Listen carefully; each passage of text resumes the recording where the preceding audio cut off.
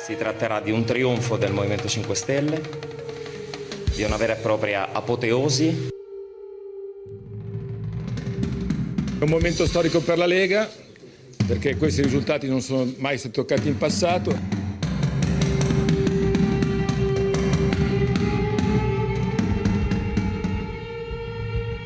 Ay, con lo que ha sido Maquiavelo. Hoy sabemos que la socialdemocracia italiana se ha estrellado y que la socialdemocracia alemana se ha vuelto a meter en la cama con la derecha de Angela Merkel, responsable de la crisis social que asola nuestro continente. Hoy se cumplen 5 años de la muerte del comandante Chávez y como le pasa a Gardel, Chávez cada día canta mejor. Hace unos años me dijo que la socialdemocracia europea iba camino de despeñarse, como había hecho la venezolana y la latinoamericana. En Brasil, la izquierda no levantó cabeza hasta que llegó Lula. Y pasó lo mismo en Argentina con Kirchner, en Bolivia con Evo, en Ecuador con Correa. La socialdemocracia latinoamericana terminó en brazos de la derecha que, como cabía esperar, la devoró. Y la derecha, crecida, se radicalizó. Eso está pasando en Europa. En las elecciones en Italia se está reinventando el fascismo clásico y se renueva el autoritarismo de una manera moderna, ahora enmascarado en el discurso de los emprendedores y el gobierno de los técnicos. Lo relevante no es si son idénticos a los de los años 30, que no lo son, aunque hace unos meses hicieron una marcha sobre Roma. Los de la Liga o Forza Italia usan, por supuesto, los símbolos clásicos de la nación y eso de los italianos primero, que es una manera de decir somos mejores que cualquier otro. Los de 5 Estrellas, los de 5 estrellas, tienen la voluntad de gobernar autoritariamente el país como si fuera una gran empresa, con jerarquías muy verticales y un discurso tecnocrático que nadie puede poner en duda. Ambos, por supuesto, odian profundamente a los inmigrantes, mientras se preparan para odiar a otros italianos. Europa, tenía razón Chávez, va a la deriva. La izquierda ha tenido una enorme debilidad a la hora de defender sus valores y ha sido también arrogante, despreciando a la patria, a la familia, despreciando el mérito y despreciando a los trabajadores empobrecidos y frustrados, cuando lo que tenía que haber hecho es, todos esos conceptos, reconstruirlos de una manera emancipadora. Ay, pero sigue queriendo que la derecha la quiera. Chávez nunca quiso ser Simón Bolívar. Chávez era mucho más humilde que todo eso. Chávez quería ser Simón Rodríguez, el maestro de Bolívar, un socialista utópico lleno de vida y de compromiso, un pedagogo que sabía que si no cambian las ideas es muy difícil cambiar la vida de los pueblos. Inventamos o erramos, repetía, y con cobardía nunca se han ganado derechos. Bienvenidas, desobedientes.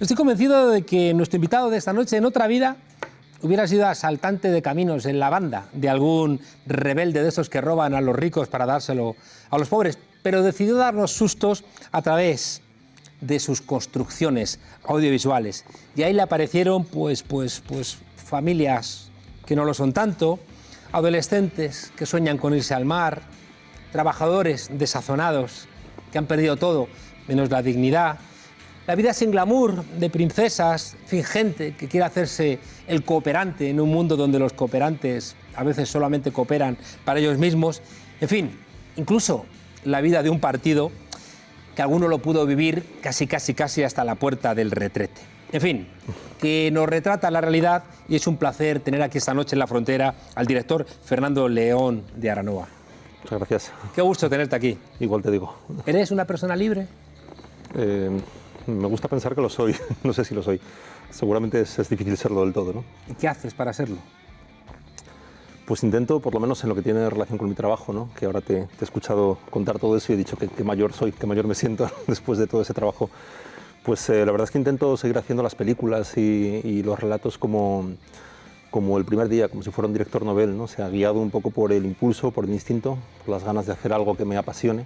Y intento mantener esa inocencia, ¿no? De cuando uno empieza a trabajar, de cuando es más joven, en la medida que puedo. ¿Te ayudó a tener tu propia productora? Sí, seguro, en algún momento sí, así es. Te libera, ¿no? De alguna manera de que quiero opinar demasiado. Es como todo, te trae otros problemas, pero te libera de algunos, ¿no? Es verdad que te te da más libertad, pero también te da más conocimiento de todo el proceso, ¿no? Es que había un momento en que hacíamos las películas, las hacía yo cuando me producía Arias Querejeta, digamos desde la primera tuerca, ¿no? hasta el final, ¿no? Hasta cuando ya presentas la película al público y vas a promocionarla. Entonces pensaba, haciéndolas así, creo que tiene sentido formar parte de la producción también, ¿no? De hecho era así, lo hacía así. Es un repaso de tus obras, ¿no? Este fin de semana, y me aparecían constantemente seres frágiles endurecidos. Puede ser, ¿no? O seres frágiles fuertes, incluso, ¿no? Yo creo que eso creo que fue John Steinbeck, ¿no? Cuando recibió el Premio Nobel de Literatura.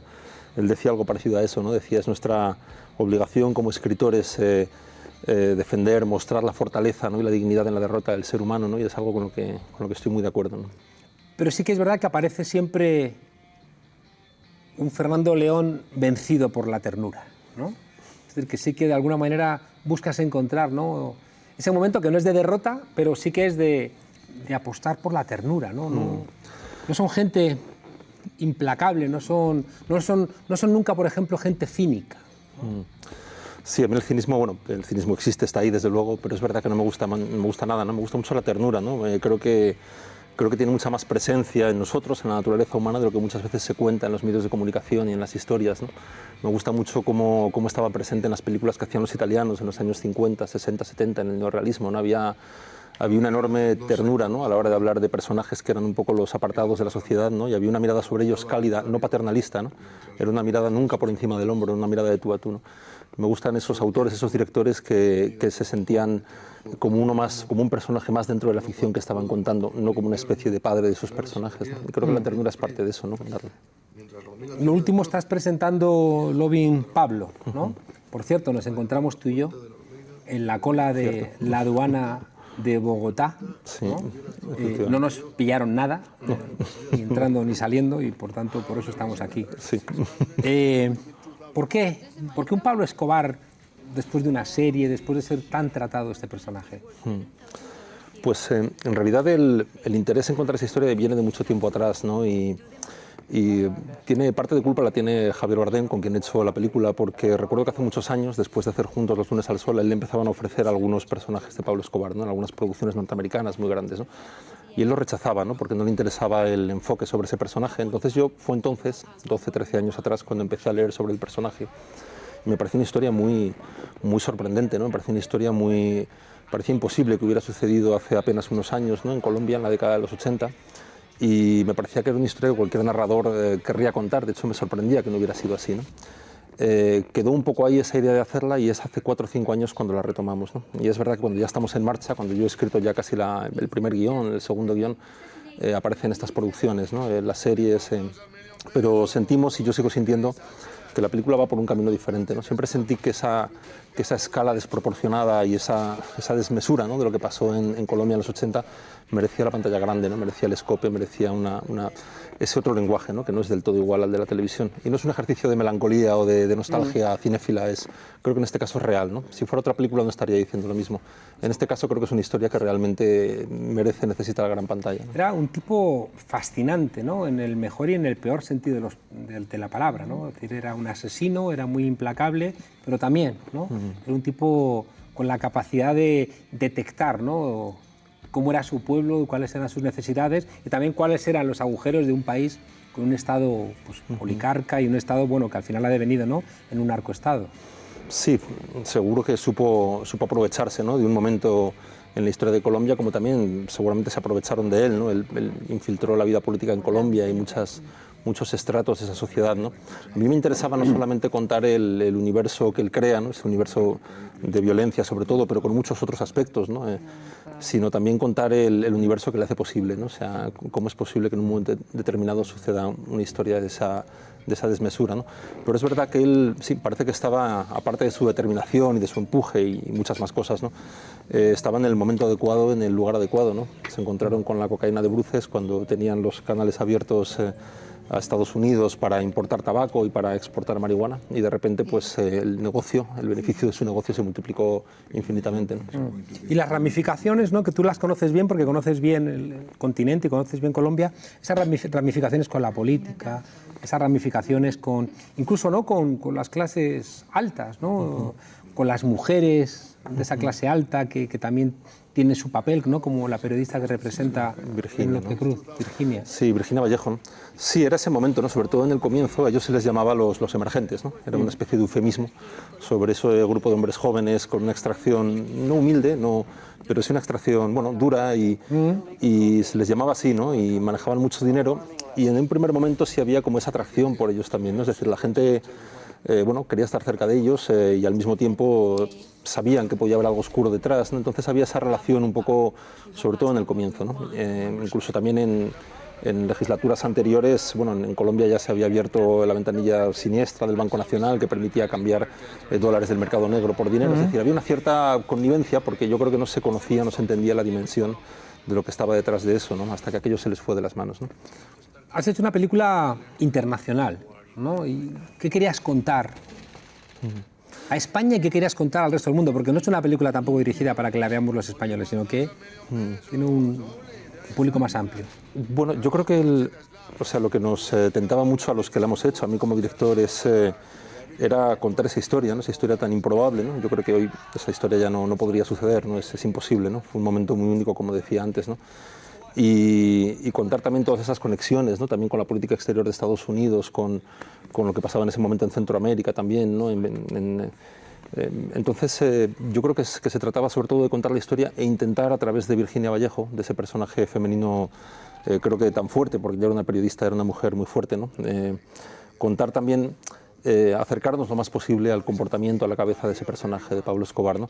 Ella nos permite entrar mucho en su intimidad, ¿no? Porque ella estuvo en su intimidad, ¿no? Formó parte de ella. Entonces, de esa manera nos permite como intentar entender un poco mejor qué pasa dentro de una mente criminal, no de una mente cualquiera, sino de una de las más lúcidas, ¿no? Del siglo pasado. Yo mirando a Colombia siempre me he preguntado por el mal, ¿no? Es decir, los sicarios, las órdenes de ejecución, ese pulso, ¿no? al que se sometía el Estado, la guerrilla, que por cierto siempre en las series, ¿no? Sale como caricaturizada, ¿no? No ha habido ninguna serie ni ninguna película sobre Pablo Escobar que haya tocado, ¿no? Realmente lo que significaban las FARC, ¿no? O el ELN. No sé si tú entras en la película, aunque sea tangencialmente en ello. No, mira que hay momentos en la historia de Pablo Escobar, ¿no? El primero tuvo mucha relación con el ELN, ¿no? Bueno, primero, digamos que directamente aquellos tipos le declararon la guerra, ¿no? al ELN, ¿no? Y guerrearon contra ellos durante una serie de años y finalmente al revés, parece que encontraron, bueno, pues se ha dicho, ¿no? Que ellos financiaron o formaron parte del asalto al Palacio de Justicia, ¿no? Los narcos, quiero decir, ¿no? Que protagonizó el ELN. Pero nunca ha estado claro tampoco, ¿no? Creo que, no sé si se puede afirmar así, pero bueno, desde luego forma parte de los libros de historia, ¿no? El hecho de que fuera así. Pero sí, no, es verdad que hay muchísimas fuerzas ahí en juego, ¿no? Están las guerrillas, están los paramilitares. En la parte final de la historia de Pablo Escobar, en su caza participaron todo tipo de eso, ¿no? Pues de fuerzas paramilitares también, ¿no? Que se juntaron para darle finalmente caza, ¿no? Es difícil definir todo, ¿no? Toda esa violencia como está imbricada. Oye, Fernando, cuando estrenaste Un Día Perfecto, yo tuiteé diciendo, me ha encantado esta película, no os perdáis Un Mundo Perfecto, ¿no? Y tú me dijiste, es solo un día, pero gracias por la exageración, claro, ¿no? Cooperantes, ahora como que con lo que nos hemos enterado ahora ha tomado un pequeño giro, ¿no? El tema de la cooperación internacional. Pero en esta película estabas interesado en narrar ¿qué? Con Un Día Perfecto. Sí. Pues mira, yo había participado varias veces, había acompañado haciendo documentales a grupos de trabajadores humanitarios, ¿no? La primera vez, de hecho, en Bosnia, en el año 95, cuando estábamos apenas empezando junto a Javier Corcuera y algún amigo documentalista, pues allí nos fuimos con una cámara, muchísima inexperiencia y allí nos fuimos a hacer un pequeño documental, ¿no? Junto a ellos en aquella guerra. Y luego lo he vuelto a hacer varias veces más, ¿no? Muchas veces con Médicos Sin Fronteras. Y hay algo en ese trabajo, ¿no? que creo que se ha contado poco, además, para la relevancia social que tienen, ¿no? Es decir, en las películas sobre los conflictos, sobre la guerra, pues aparecen mucho los periodistas, se hacen muchas películas bélicas, hay muchos soldados en las pantallas, pero casi nunca aparecen ellos, y sin embargo en los diarios están casi siempre en las portadas, ¿no? En el Mediterráneo también, ¿no? El trabajo que han hecho a través de organizaciones, ¿no? Como Open Arms o como... Entonces es verdad que acompañándoles decías, bueno, esto habría que contarlo en algún momento, ¿no? O sea, la energía tan bestia, ¿no? Que hay en esos equipos, tan interesante, tan generosa, pero a la vez tan tremenda, ¿no? O sea, es un oficio muy particular, ¿no? Y hay mucho humor también, ¿no? Junto al drama tremendo que es cualquiera de esas guerras que hemos mencionado, ¿no? La de Siria hoy, hay en ellos también una cosa de estar permanentemente quitando hierro a las situaciones y haciendo a veces las bromas más salvajes para, bueno, como necesidad, ¿no? Como catarsis de una Como situación. que la cercanía de la muerte te obliga, ¿no?, a tener una manera de estar en el mundo diferente. Le pasa a todo el continente latinoamericano, de alguna manera, ¿no? Pero en situaciones de guerra como que se Sí, para repite. para poder soportarlo, ¿no? Yo creo, o sea, para poder conjurar, digamos, esa cosa tremenda, ¿no? De la proximidad de la violencia cada día, ¿no? Entonces siempre hay, yo en esas situaciones, cuando he estado alguna vez rodando esos documentales cerca de ellas, siempre hay ese momento, ¿no? Catártico, y siempre hay alguien que dice una barbaridad y hace reír a todo el mundo, y todo eso me parecía muy interesante, ¿no? Entonces, junto a eso, es verdad que encontré un libro de Paula Farias, que ella ha trabajado muchísimo tiempo en Médicos Sin Fronteras, y había un pretexto argumental ahí que me parecía muy bello, porque me parecía como una metáfora un poco del absurdo de las guerras, ¿no? Me apetecía también contar eso, ¿no? La violencia de las guerras, no desde el ángulo habitual del drama de la violencia, sino desde el absurdo, ¿no? Que es que me parece que son sobre todo, ¿no? Leí en una entrevista que decías, te puede destripar una bomba, pero el cielo tan azul, tan hermoso. Sí, eso pasaba allí, ¿no? Yo de ese primer viaje en Bosnia en el año 95 es una de las sensaciones que me traje, ¿no? Me traje un par de sensaciones. Una era la sensación precisamente de absurdo, de confusión, ¿no? Como de... No era fácil explicar lo que pasaba ni para los mismos que protagonizaban aquella guerra, ¿no? Y por otro lado, esa imagen que has dicho, ¿no? Era un lugar de una belleza increíble, ¿no? Con un paisaje a los Balcanes y con unos cielos y sin embargo esa belleza estaba muy cerca de las situaciones pues más terribles, ¿no? Esa fue una guerra muy dura. Luego, toda la película está atravesada por el absurdo, pero el absurdo es verdad que con mucha elegancia no aparece ni una gota de sangre en la película, no aparece ninguna violencia explícita, solamente es de alguna manera intuida con rotundidad en algún momento, pero no se regodea en eso, ¿no? En cambio sí que aparece el absurdo de las burocracias, de las organizaciones, incluso, ¿no?, de los ejércitos en la película. Sí, es como si, un poco a mí me gustaba verlo en esa especie de ¿cómo decirlo?, ¿no?, de pequeño microcosmos, que es la situación en torno al pozo, en torno a la extracción de ese cadáver. Es como si no solamente el agua estuviera corrompida, sino es como si las guerras, y creo que es así realmente, ¿no?, estuviera corrompido el sentido común también, ¿no?, un poco la decencia, como si todo el mundo tuviera un buen motivo en esa historia para no hacer lo que tiene que hacer, ¿no? La burocracia, Naciones Unidas, por una razón, porque los locales muchas veces porque encuentran una forma de negocio allí, ¿no?, ir y vender agua. Nicola tiene su propio interés y su propio, que es ir a ver a sus padres o conseguir una pelota de fútbol. Es decir, nadie está actuando realmente como debería, excepto ellos, que si algo traen en realidad me parece es como el sentido común, ¿no? Yo creo que su misión es un poco la de ordenar el caos, ¿no? Otra sensación que he tenido mirando, pues eso, Barrio, antes Familia, Lunes al Sol, Princesas, como que de alguna manera en todas tus obras aparece la amistad entre los jodidos, ¿no? Tengo la sensación de que rescatas siempre no una lucha entre pobres, que parece que es lo que nos ofrecen constantemente desde la derecha, ¿no?, en esta Europa decadente, sino que tú buscas la solidaridad entre los jodidos, ¿no? Que los pobres no se venguen sobre otros pobres. Sí, fíjate, vuelvo otra vez a Steinbeck, ¿no?, por segunda vez ya, eso está en Las Uvas de la Ira, ¿no? Hay un momento en que Majout, ¿no?, la madre de la familia, dice: solo los de abajo ayudan a los que están abajo, ¿no? Es una frase que se repite varias veces en la película y está en la base, en el corazón de esa, perdón, en la novela, ¿no?, en Las Uvas de la Ira, y está en la base de esa historia, ¿no? Y supongo que es verdad, ¿no? Yo sí creo que en las películas que he hecho no creo que haya sido, digamos, algo intencionado, sino que de manera natural va siendo así, ¿no? Y déjame hacerte una última pregunta en la cercanía del 8 de marzo. Las mujeres tienen un papel esencial, ¿no?, en todas tus obras, pero sin embargo como que la reivindicación de las mujeres nunca forma parte de una voluntad explícita tuya de tratar, sino que aparece, ¿no?, como en las historias, ¿no? Como parte, ¿no?, del desarrollo de lo que tú pones en marcha, lo cual genera también a veces miradas críticas, ¿no?, al respecto. Sí, supongo que cada historia es distinta también, ¿no? Porque, por ejemplo, o sea, Los Lunes al Sol es una película muy masculina, en la que aún así para mí hay un personaje femenino muy fuerte, que es el personaje que interpretaba Nieve de Medina, ¿no?, la mujer de José, el personaje que interpretaba Luis Tosar. Y luego, pues sin embargo, Princesas o Amador son películas. Amador es una película donde todo el peso recae sobre un personaje único femenino muy fuerte, ¿no?, que carga sobre su espalda todo el trabajo, todo el drama, digamos, que ella vive durante esa historia, y es un personaje muy fuerte, ¿no?, que de alguna forma sale indemne de esa situación con mucha astucia, ¿no?, el personaje que interpretaba Magali Solier. Creo que tiene que ver con historias, ¿no? Yo de todas maneras también en ese debate, ¿no?, sobre cómo las películas deben Yo siento que la ficción, o sea, no es o no debe ser, no quiere ser, no pretende ser un modelo de comportamiento, ¿no? Es decir, Claro. muchas veces es un retrato, a veces es una sátira, a veces es una exageración. Entonces creo que la ficción tiene que ser libre, ¿no? Y que a veces representa una realidad, y esa realidad, por desgracia, no es la que todos quisiéramos, ¿no? De todas maneras, en relación con eso que dices, yo sí creo que yo creo que ese es mira, yo creo que ahora viniendo un poco este movimiento Me Too, ¿no? De Estados Unidos, y yo creo que hay uno de esos momentos en los que no son tanto las películas las que están haciendo ese trabajo como una comunidad, ¿no? Igual que pasó en España en 2001 con la guerra de Irak, hay una comunidad de gente de cine en Estados Unidos que de repente, mujeres sobre todo, ¿no? Se ha dicho que hasta de aquí repente hemos ha dicho hasta llegado. aquí, ¿no? Y eso de repente tienen una voz y una fuerza que ha servido para poner pues, el tema encima de todas las redacciones, ¿no? ¿Eres optimista con el papel de las mujeres en el cine español? Bueno, yo creo que ahora mismo lo que está pasando yo creo que estamos asistiendo a un cambio cultural, ¿no? Aún no somos conscientes de la importancia de lo que está pasando ahora. O sea, creo que es irreversible, creo que es así, ¿no?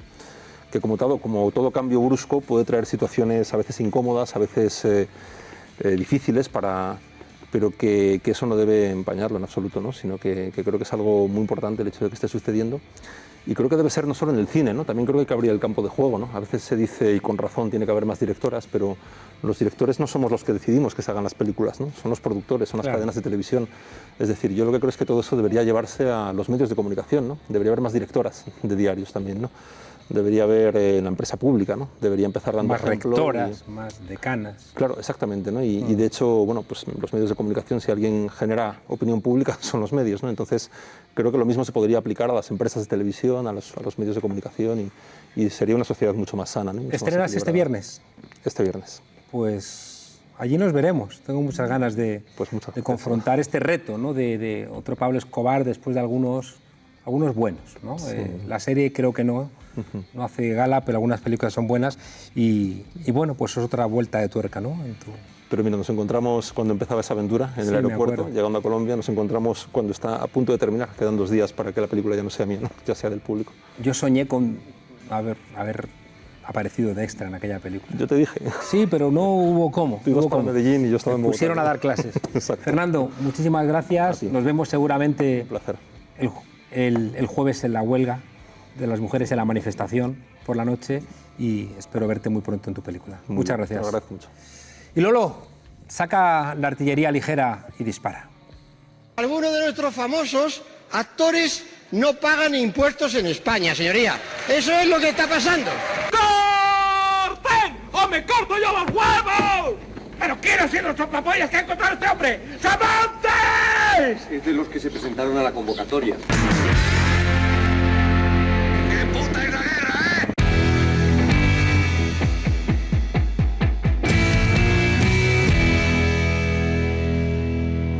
I don't like Mondays, pero como cada lunes abrimos las puertas de este infierno para dejar salir a Máximo enfurecido. Buenas noches, Máximo Pradera. Buenas noches, querido Juan Carlos. Seguro que has sacado lecciones florentinas, maquiavélicas, savonarólicas de este fin de semana en Italia. De mi infierno, quiero hablarte de un infiernillo que he conocido hace nada. Ajá. Que es que el secuestro del libro Fariña se podría prolongar durante meses. Me parece acojonante que un conflicto entre derechos fundamentales, que son esenciales para la convivencia y para la democracia, se resuelva a largo plazo. Es decir, una justicia lenta es como una sanidad lenta, te mata, porque no podemos estar meses con un libro secuestrado, Claro. una medida tan coercitiva, ¿no? Esta noche estaban en Pozuelo mi amigo Pablo Iglesias haciendo lecturas del libro como una manera de decir, pero ¿qué estáis haciendo? Que estamos en 2018, ¿no? Pero bueno. Totalmente. Oye, Italia, pactos. Pues Se mira, presupone esto que los es un- políticos saben hacer esas cosas, pero la cosa está medio podridilla. Los pactos siempre son un infierno en la cultura mediterránea que es un poco machirula, ¿no? En Italia pues no va a haber más remedio que pactar, por lo que pinta de momento, ¿no? Y para pactar hace falta una cualidad que en política es muy rara avis, que es saber distinguir lo esencial de lo accesorio. Y ya estoy oyendo a, por ejemplo, un diputado de 5 Stelle decir, adesso dovranno venire a parlare con noi, como diciendo, nos la vais a comer, hijos de puta. ¿Sabes? Eso no es planteamiento para abrir una negociación. Es decir, en vez de decir, pues mira, qué gran oportunidad se nos abre a estas nuevas generaciones de políticos para darle un proyecto a Italia. No, adesso dovranno venire a parlare con noi. Es increíble. O sea, lo importante es que hemos ganado y se vive el momento de la jornada postelectoral como un partido de fútbol, que no va de eso, tío, que tú estás representando intereses superiores. Voy a poner un ejemplo que igual te duele, pero te jodes, que es que cuando Podemos tuvo la oportunidad de darle el poder a Pedro Sánchez, ahí primó, claro, lo esencial frente al accesorio, pero claro, lo esencial, Podemos decidió que era lo esencial para sus podemitas. Y en cambio lo esencial era, no sé si estás de acuerdo, echar a Rajoy. Eso era lo esencial para la ciudadanía. ¿Sabes por qué no estoy de acuerdo? Y fíjate que hoy mismo he escrito que creo que hay que empezar a mirar más a Portugal y menos a otros sitios, ¿no? Creo que el ejemplo de Portugal tiene que servirnos. Pero fue Pedro Sánchez, te recuerdo, Max, fue Pedro Sánchez el que dijo, no me dejaron pactar con Podemos. Lo dijo él en la entrevista con Évole. Por tanto, no puede ser que Pedro Sánchez diga, no me dejaron pactar con Podemos y le echemos la culpa a Podemos de que no se apoyó aquello. Pero es que yo voy más allá. Yo voy a que Podemos, con solo haberse abstenido, claro, habría conseguido lo esencial para mí en esa situación, lo esencial para la ciudadanía, evidentemente los votantes de Podemos, o sea, no los votantes, los círculos de Podemos no os lo hubieran perdonado nunca, que es que se estrellen esto, ¿sabes? Que gobiernen Sánchez, como si gobernar fuera tan fácil. No, pero hubiera sido una frivolidad. Hubiera sido una frivolidad más. Una frivolidad echar a los chorizos, querido Juan Carlos. Porque echas a los chorizos. La derecha que roba fuera y que entre la derecha que de momento no roba. Claro. Eso es lo esencial. Lo que pasa es que esa derecha que entraba con un programa hecho por, te recuerdo, Luis Garicano, de FEDEA, iba a aplicar las mismas políticas privatizadoras de austeridad del PP. Y por tanto lo que teníamos es una nueva derecha a la que le regalábamos la posibilidad de seguir jodiendo a los españoles a cambio de absolutamente nada. Mientras que presionar al PSOE para que aceptara un acuerdo con Podemos era infinitamente mucho más luminoso y hubiera servido además para que este infierno que hay con Cataluña, con gente encarcelada, con otra cosa empantanada, en fin, quizá lo hubiéramos solventado. Pero oye, volvamos a Italia. ¿Tú crees que es una cuestión de testosterona esta falta de entendimiento? Yo creo mucho, sí, en lo que dijo la chica de Compromís, que cuando se juntan dos mujeres el nivel de testosterona, porque como no tienen pene, como no tienen pirila, no tienen que estar demostrando quién la tiene más grande, como nos pasa a nosotros, ¿no? Que enseguida, a mí me vas a poner esta cláusula. Yo importaría una fórmula del derecho civil, que es la cuestión del arbitraje. ¿Sabes? Cuando tú te enfrentas a una negociación política, un mediador al que no le va nada en el asunto más que pues unos honorarios que se le pueden pagar, me parece que en derechos alcanza el 60% de efectividad. Mientras que si se enfrentan los dos bandos, se sientan los dos bandos a una mesa a negociar, pues, y sobre todo, como pasa en Italia, que todos los líderes son machirulos, pues yo creo que vamos a prolongar la crisis, la ingobernabilidad de Italia durante meses y que al final habrá que repetir elecciones. Yo es que la machirulez, mira, el combate contra la machirulez ha estado en mi familia desde los años 60. Chicho Sánchez Ferlosio, por ejemplo, compuso una canción muy divertida que se llama La canción adúltera, que ya ridiculizaba la machirulez hasta de un tío que con su amante discutía a ver quién se ponía encima y quién debajo, que él no consentía ponerse debajo de su esposa, ¿no? Y le cantaba, porque es un diálogo, dice, yo nunca me coloco bajo mi esposa, y le contesta la mujer, será porque la tratas como una cosa, y así se pasaban todo el día discutiendo. Pues es ese tipo de machirulez que yo no soporto en las negociaciones que van a venir. Leía hace poco en un libro de Angela Davis que ella se quejaba de que en una población, en la Sudáfrica post-apartheid, con un alcalde negro, con una jefa de policía negra, hubo un levantamiento de mineros y mataron, ¿no?, a 20 de ellos. y ella hacía la reflexión de que a veces no significa solamente cambiar a una mujer o un hombre por una mujer la posibilidad de cambiar las cosas, ¿no? Sino que hay cosas que están tan metidas en los tuétanos que hay que buscar otro tipo de soluciones. Estoy pensando en Marine Le Pen, ¿no? No sé si Marine Le Pen sería capaz de hacer una política con menos testosterona, ¿no?, que estos líderes italianos. Es cierto, bueno, siempre hay figuras femeninas, fíjate la Thatcher, pero que en realidad son hombres pues sin pilila, ¿sabes? O sea, pero el rol es absolutamente masculino. Lo que pasa es que con las generaciones jóvenes cada vez eso está menos, aunque hay excepciones como Marine Le Pen, ¿no? Y el modelo Mónica Oltra y el modelo Ada Colau, fíjate que ha sabido, teniendo pocos votos, pues ha sabido hacerse el hueco en Barcelona, ¿no? No sé, yo creo que las nuevas generaciones están más capacitadas, sobre todo porque el feminismo está más evolucionado y las ideas, digamos, igualitarias. No sé. Vamos a tener que hablarlo tú y yo despacio porque estoy muy preocupado porque creo que Ciudadanos es un partido bastante machirulo, pero seguramente ese infierno lo vamos a dejar para la semana que viene. Máximo, muchas gracias por cantarnos y por ilustrarnos. Un abrazo, hasta la semana que viene. Chao. Lolo, dispara.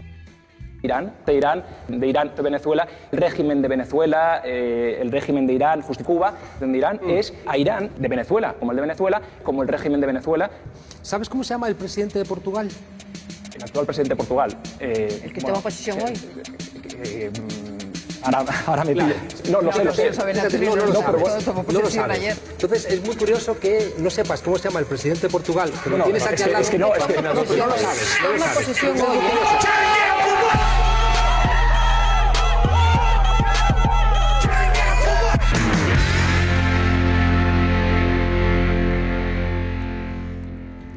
Hasta 1987, 40 años después de su independencia, en la India existía el sati, que era una tradición que obligaba a las viudas a suicidarse echándose al fuego con el cadáver de sus maridos.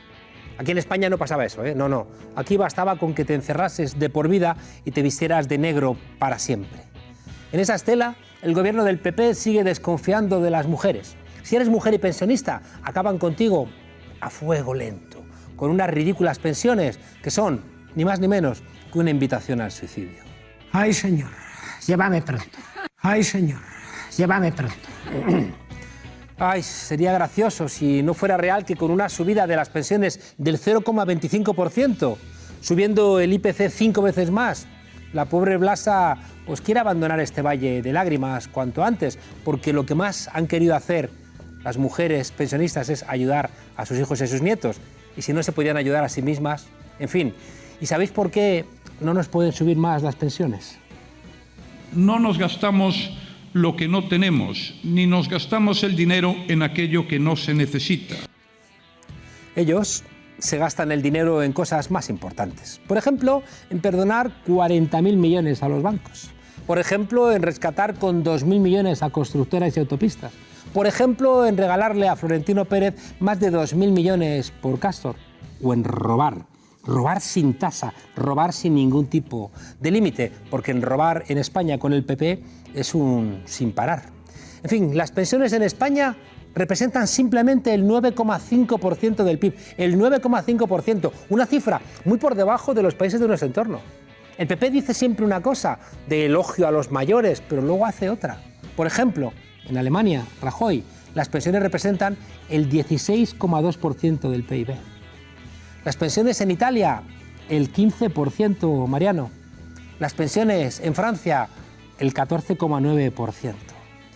En fin, el problema es que el dinero que ganan los pensionistas es un dinero que pierden los amiguetes. Y en este panorama tan desolador, de nuevo las mujeres son las que se llevan la peor parte. ¡Ay, Mariano, que te caes! En fin, cobrar 450 euros al mes menos que los hombres parece que es su sino. Y encima se jubilan más tarde, a los 73 años de media. Pero la brecha salarial no acaba ahí, no. Más de 3 millones de mujeres, 3 millones de españolas, malviven con una pensión por debajo de los 700 euros. Y otro 1,5 millones de españolas tienen una pensión por debajo de los 500 euros. Unas mujeres que trabajaron como mulas durante toda la vida.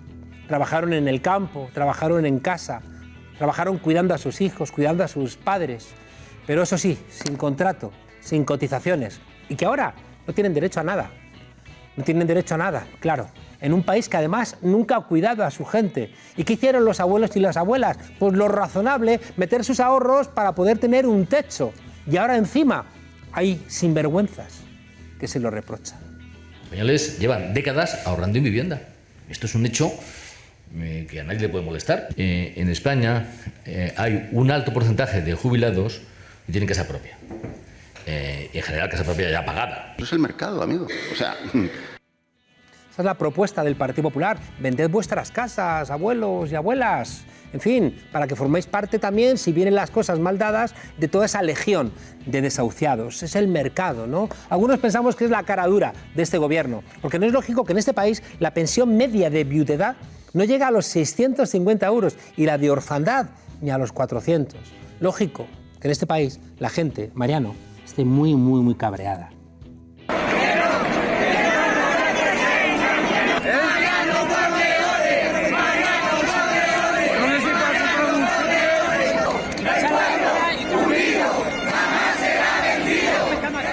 ¿Me puedes contar, Mariano, dónde están los 66.000 millones que había en la hucha de las pensiones? En fin, señor Rajoy, es el momento de decir alto y claro que su gobierno está más interesado en impulsar el negocio privado de los fondos de pensiones, ese que llena las arcas de aseguradoras y de los bancos, antes que asegurar el futuro de millones de pensionistas. Porque los planes de pensiones solo son un negocio para los amigos de la banca. Para eso es como Francisco González, que se retirará con más de 80 millones en un fondo privado de pensiones. Pero eso no es la salida para los trabajadores que tienen un contrato precario, que bastante tienen con llegar a fin de mes. Los fondos privados, ¿cómo van a ser solución? Son más bien una estafa legal, otra de sus soluciones neoliberales, como los minijobs, ese invento de Angela Merkel que consiste en buscarte un trabajito más allá de la jubilación allá que tengas 70 años. En fin, trabajar hasta el fin de tus días para mantener a gobiernos corruptos e incompetentes que dilapidan millones de euros entre sus amiguetes. En fin, trabajar como hormigas para mantener a zánganos, a cigarras que se permiten encima el lujo de darnos lecciones a todas y a todos. Tenemos la obligación de decirle a los que hoy tienen 45 años, cuidado, preocuparos del ahorro. Y ahí vamos a tomar medidas importantes en el Pacto de Toledo. Siempre hacéis lo mismo, meter el miedo a la gente, ¿no? Para poder acabar así con el sistema público de pensiones. Al final va a ser cierto eso, os voy a robar, voy a estafar, voy a quitaros los derechos y encima luego al final te van a votar, ¿verdad, Mariano? En fin, a un año de las elecciones municipales y autonómicas parece que no os atrevéis a reconocerlo abiertamente, aunque a veces se os escapan vuestras intenciones. Hay algo, Rajoy, que estáis olvidando, que esta gente que ahora está protestando, que tiene más de 65 años, tenía en torno a 20, 30 años cuando se murió Franco. Y fueron los responsables de que podamos decir que Franco murió en la cama, pero que el franquismo murió en la calle. Así que, Mariano, ten cuidado con esta gente, porque algunos tienen las cosas muy claras, entre ellas que las pensiones son un derecho y los derechos no se negocian, se respetan. Pues ya lo sabéis, este partido está para siempre. Pero qué condena, dimite tú.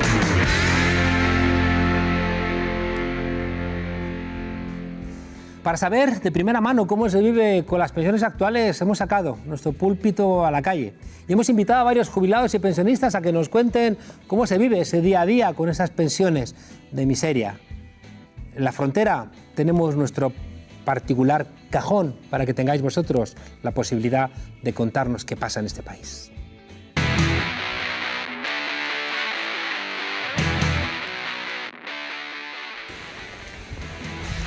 ¿Te has dado cuenta? Mira lo que pone. Fíjate. Bueno, mira, se van a enterar. Vamos para allá. Vamos, que esto es una verdad que no lo habéis podido decir mejor, hija mía, ni papipas. Son ridículas. Vamos, que si te compras el sujetador no te compras las bragas. Dicen que suben las pensiones todos los años. Hace año y medio me quedé viuda y resulta que me ha quedado la mitad. O sea, no puedo ni vivir. Cobro 2 euros más al mes. Que lleves años y años cotizando, que estés trabajando como una mula todo el puto día y que a la hora de la jubilación te quede lo que te queda. Que es una auténtica vergüenza, pero una auténtica vergüenza. A mí me suben el 0,25%. Es imposible vivir con 600, 700 euros. Como mínimo tenía que ser la pensión de 1.000 euros. Si el IPC este año sube casi un 3%, yo pierdo de mi pensión. Y ahora resulta que cuando yo puedo cobrar mi pensión, resulta que ahora no me la pueden dar hasta que no cumpla los 65 años porque no estaban activos, porque tuve que cuidar a mi marido enfermo muchos años y tuve que dejarle trabajar y ahora no me dan la pensión hasta que yo le salga de los cojones. A la viuda nos han dejado una puta mierda, para nada. Totalmente. Que no, para que no saquemos el cuello y nos muramos de asco en la casa. La viuda no tenemos que morir. Sí, hija, sí, como decía mi madre, la pobre, dice, si cómo no me compro una braga y si me compro la braga no como, dice, entonces, y me acuerdo de ella siempre ahora porque digo, ahora me he quedado yo viuda y resulta que no puedo ni vivir. No queremos lujo, porque nunca hemos tenido lujo, pero por lo menos que cuando venga el invierno te puedes calentar. Y yo le daba mi pensión a muchos chorizos de estos que hay en el gobierno para que vivieran con los 700 euros que me dan a mí de pensión. Y como dijeran que no pueden vivir, yo le daría palo hasta debajo del sobaco. Ojalá y busquen soluciones. Esto es una vergüenza, chicas. No hay dinero para nada, para nada. Las pensiones son una porquería. Pero claro, ¿cómo va a haber dinero para algo? Si están aquí los chorizos de este puto gobierno que se lo llevan todo por ahí a los paraísos fiscales. Y no nos queda ni una gorda.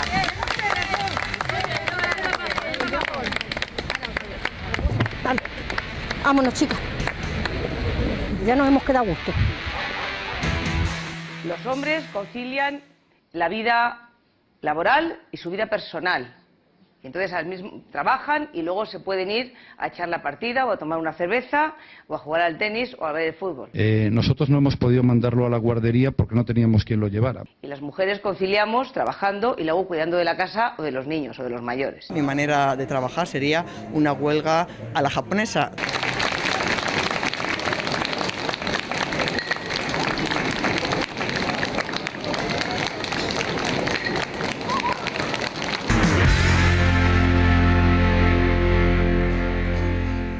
Ay, estos abuelos enfadados van a darle un disgusto y nos van a volver a hacer a los españoles y españolas un favor. Nos despedimos hoy en La Frontera con una recomendación de Mary Beard, Mujeres y Poder, un manifiesto.